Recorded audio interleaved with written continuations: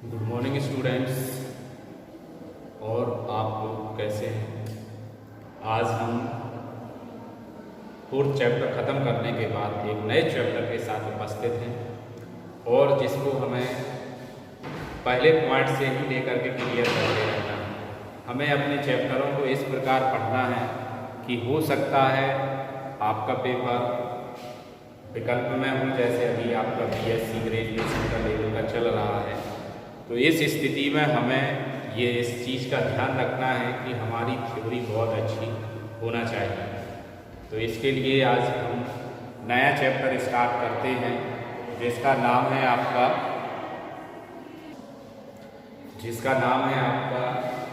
वैद्योच्चारण। इकाई नंबर 2। ये आपकी इकाई लगभग में 7 मार्क्स की आती है। वैद्योच्चारण पहला चैप्टर है इस इकाई का। चैप्टर नंबर वैसे आपका 4 है। हेडिंग देखिए आप, सबसे पहले हमारी हेडिंग है इसमें वैद्योधारा। वैद्योधारा किसे कहते हैं? वैद्योधारा आप जानते हैं कि यदि जब कोई आवेश एक स्थान से दूसरे स्थान तक गति करता है, उसी के कारण हमारी वैद्योधारा बहती है।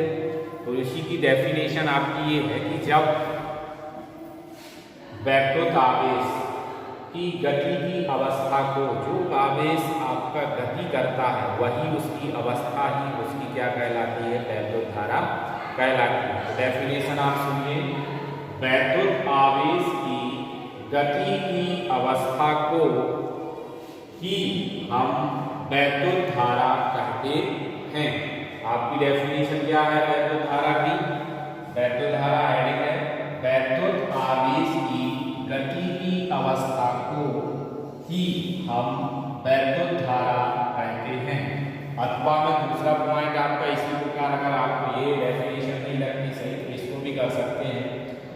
जब किसी चालक में आवेश, जैसे ये एक चालक, पूरा हमारा चालक मान लेते हैं और ये आवेश है आपका, यहाँ पे एक बिंदु ये है, एक बिंदु ये, तो यहाँ से आपका क्यों आवेश एक बिंदु से दूसरे बिंदु अर्थात एक स्थान से दूसरे स्थान तक जाता है, तो उस परिपथ को ही हम, उस परिपथ की ही क्या कहने लगते हैं? वैद्युधारा कहते हैं।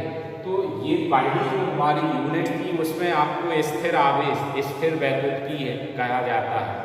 इसको हम इकाई नंबर 2 वैद्योच्चारण मतलब गति अवस्था में आवेश रहता है। तो दूसरी रहेगी, आप देखिए दूसरी डेफिनेशन क्या है आपकी? जब किसी चालक में वैद्युत आवेश एक स्थान से दूसरे स्थान को प्रवाहित होता है, उसे ही उस परिपथ की वैद्युधारा कहते हैं। क्लियर हो गया? जब किसी चालक में वैद्युत आवेश एक स्थान से दूसरे स्थान को प्रवाहित होता है, उसे ही उस परिपथ की वैद्युधारा कहते हैं। इसको आप वीडियो को रोक करके ये डेफिनेशन नोट कर सकते हैं। अभी हम आगे इसका सूत्र लिखते हैं। फॉर्मूला हमारा क्या आ गया? Q बराबर हम लिखते हैं I। तो I बराबर क्या हो गया आपका? Q/T।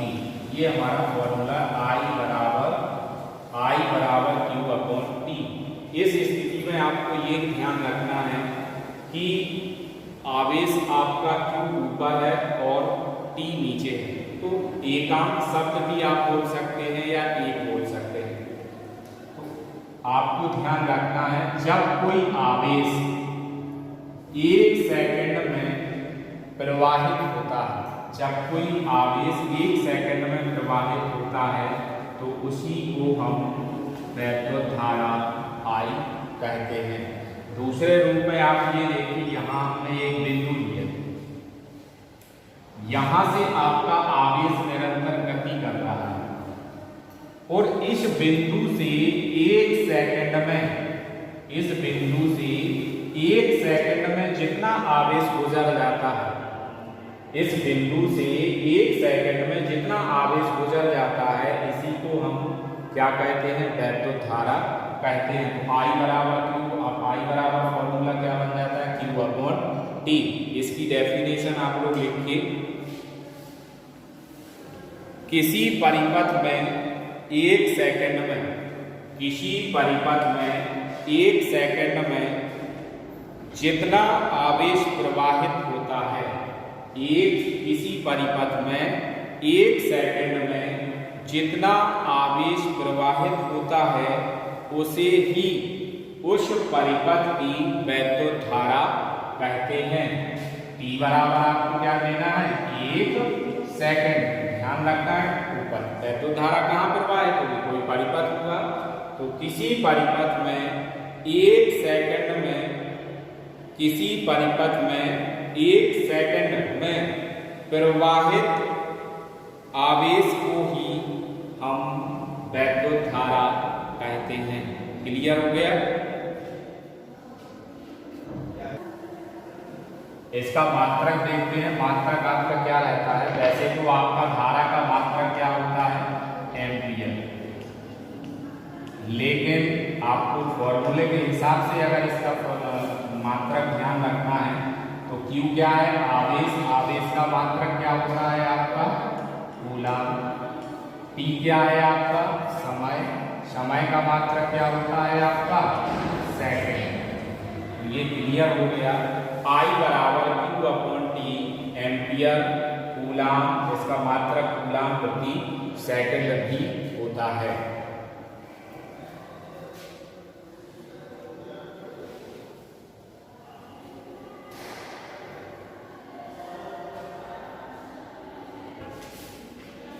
इसके बाद आप लोग वैल्यू लिखिए, 1 कूलम आवेश के लिए, 1 शॉर्ट में लिखिए, 1 कूलम आवेश के लिए बराबर 1 अपॉन 1.6 मल्टीपल 10⁻⁻19 बराबर 6.25 इंटू 10⁻18 इलेक्ट्रॉन प्रति सेकंड प्रवाहित होते हैं। 1 कूलम आवेश के लिए, तो आप निकालें कैसे, एक Q बराबर E मतलब इलेक्ट्रॉन, इलेक्ट्रॉन का मान कितना होता है, E बराबर 1.6 × 10⁻19। तो एक आवेश के लिए 1 सेकंड में कितने इलेक्ट्रॉन प्रवाहित होते हैं, 1 सेकंड में कितने इलेक्ट्रॉन गुजरते हैं एक बिंदु से, 6.25 मल्टीपल 10⁻18 इलेक्ट्रॉन प्रति सेकंड। यहाँ यूनिट भी लिखिए ना, इलेक्ट्रॉन प्रति सेकंड। तो ये आपका मल्टीपल चॉइस क्वेश्चन बन के आ सकता है, इसको भी आप ध्यान रखेंगे। इसके बाद नेक्स्ट हेडिंग आपकी इसी में आती है, हेडिंग। इसके बाद आगे लिखेंगे हम वैद्युत धारा की सदिश राशि है। ये आपको 10th लेवल में पढ़ाया जाता है कि वैद्युत धारा एक कैसी राशि है, सदिश राशि है, लेकिन वास्तव में वैद्युत धारा एक अदिश राशि होती है। 10th का आपको लर्न नहीं करना है, ध्यान क्या रखना है, वैद्युत धारा एक अदिश राशि होती है। 10th में आपको बताया जाता है कि सदिश राशि है, लेकिन यहाँ आपको ध्यान रखना है कि आप जब वेक्टर सदिश राशियां पढ़ लेते हैं तो वहां से स्पष्ट होता है कि वैद्युत धारा एक सदिश राशि नहीं है बल्कि एक अदिश राशि है। इसका आप एग्जाम्पल देखिए,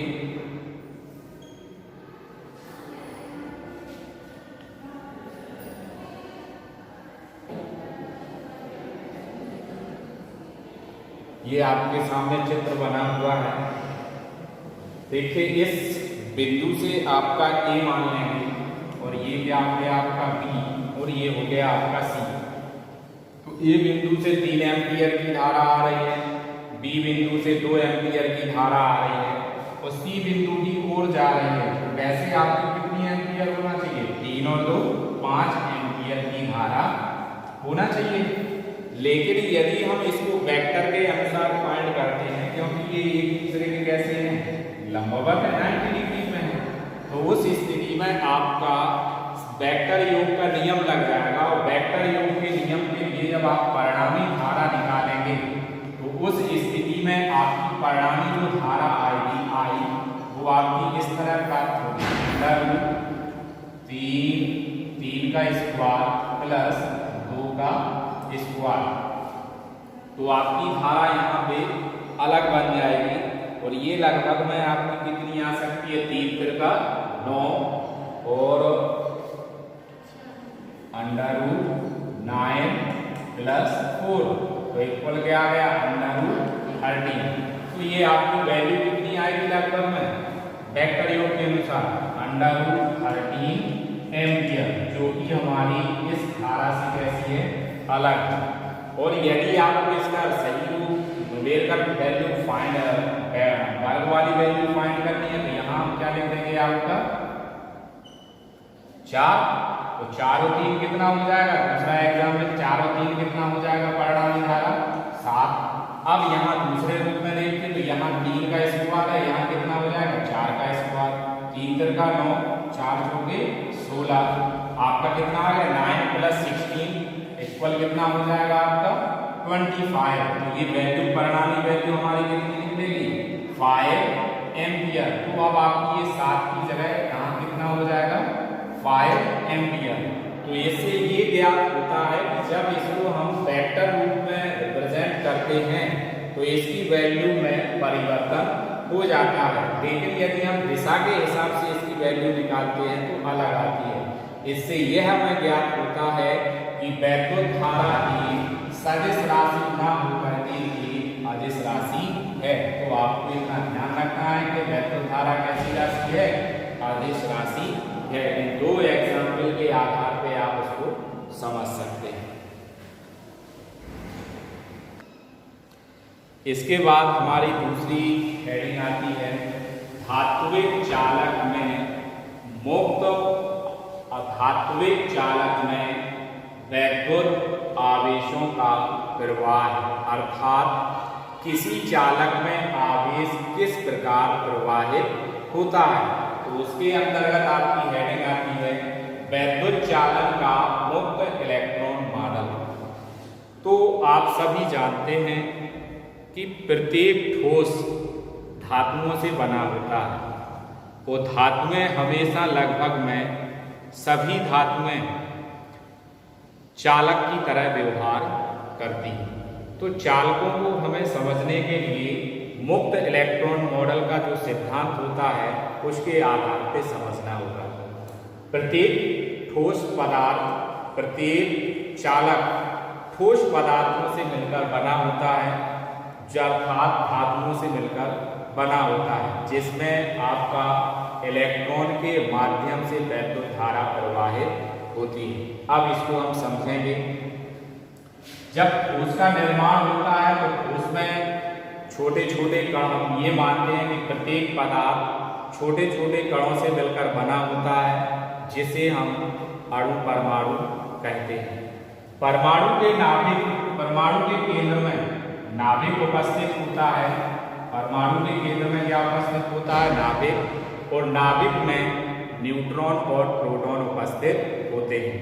प्रोटॉन पर धनावेश उपस्थित होता है और न्यूट्रॉन पर कोई आवेश उपस्थित नहीं होता है।